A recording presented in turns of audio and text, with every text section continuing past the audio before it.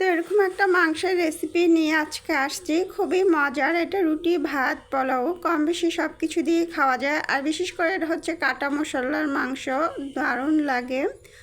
পুরো রেসিপিটা না টেনে দেখবেন। এখানে আমি 1 কেজির মতন মাংস নিয়ে নিয়েছি, খাসির মাংস। ইচ্ছা হলে আপনি গরু, মুরগি সব কিছু দিয়ে করতে পারেন। তো এই যে একদম বড় বড় একটু পিসগুলো রেখেছি। আর এগুলো মাংসতে অল্প একটু তেল থাকলে ভালো হয়। এখানে আমি আদা, রসুন, বেশি করে পেঁয়াজ, গরম মশলা, শুকনো মরিচ, কাঁচামরিচ সবগুলাই কিন্তু কেটে ধুয়ে ভালো মতন 1 কেজি আন্দাজে পরিমাণ মতন করে নিয়েছি। কালারটা সুন্দর দেখার জন্য কাঁচামরিচ, লাল মরিচ, 2টা মরিচই এখানে আমি নিয়েছি। তো এগুলো আমি সব এখন দিয়ে দেবো, তারপরে শুকনো উপকরণগুলো দিব। আর খাসির মাংসতে কিন্তু একটা বাজে স্মেল থাকে, তো এই জন্য 1 চিমটি লেবু দিয়ে তারপর আমি খাসির মাংসটা ভালো করে ধুয়ে তারপরে একদম পানি ভালো করে ঝরিয়ে নিয়েছি। তো এখন আমি শুকনো গুঁড়োগুলো দিব, 1 চামচ ধনিয়ার গুঁড়ো।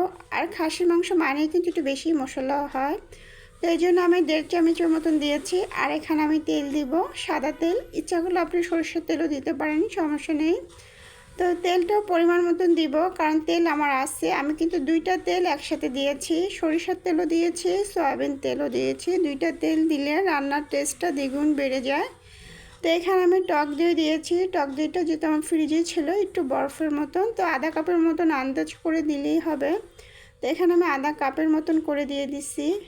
আর টক দই যে কোনো খাবারে দিলে কিন্তু তরকারি একটু ঘন হয়, তাড়াতাড়ি সিদ্ধ হয়ে যায়। এটা জাস্ট গ্রেভির জন্য, ঘন হওয়ার জন্য। এখানে আমি 1 চা চামচ ভিনেগার দিয়েছি।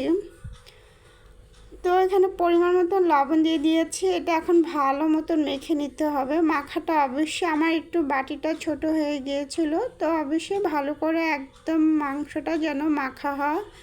মাখা হলে এটা আধা ঘন্টার জন্য রেস্টে রেখে দিলে মাংসর ভিতরে ভালো করে মশলাটা ঢুকে যাবে। তো এটা আমি একটু ভালো করে মেখে জাস্ট আধা ঘন্টার জন্য রেস্টে রেখে দেবো। ইচ্ছা করলে আপনি আরও বেশি সময় রাখতে পারেন, ইচ্ছা করলে সাথে সাথেও বসাতে পারেন। তবে সাথে সাথে বসালে মাংসের ভিতরে তেমনভাবে মশলাগুলো ঢুকে না, তো এই জন্য আমি আধা ঘন্টার জন্য রেস্টে রেখে দেবো। এখানে আর কোনো মশলাই অ্যাড করতে হবে না। তো এই যে আধা ঘন্টার জন্য রেস্টে রেখে আমি আধা ঘন্টা পরে আসছি, একটা চুলাতে বসিয়ে দিলাম। এখন ঢাকনা দিয়ে আধা ঘন্টা পরে উল্টিয়ে দেখেন। তো এভাবে এটাতে কিন্তু আর 1 ফোঁটাও পানি যাবে না। এই যে দেখেন কি সুন্দর পানি উঠে গেছে। আর খাসির মাংসটা কিন্তু একটু সময় লাগে, তো সময় লাগলে চুলার আঁচটা কমিয়ে আস্তে আস্তে সিদ্ধ করবেন। এক্সট্রা পানি দিলে মাংসের টেস্টটা কিন্তু তেমন একটা থাকবে না।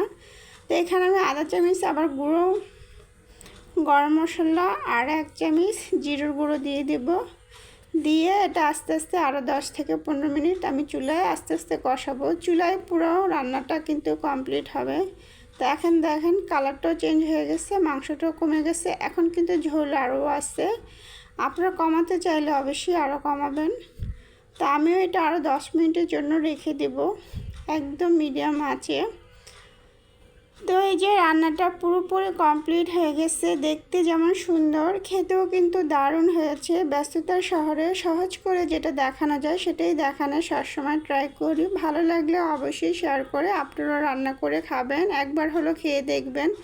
এই রান্নাটা কিন্তু ভীষণ মজা হয়। 1 পিস মাংস আপনাদেরকে দেখালাম, এত সফট হয়েছে। তো আজকে এ পর্যন্তই। আল্লাহ হাফেজ।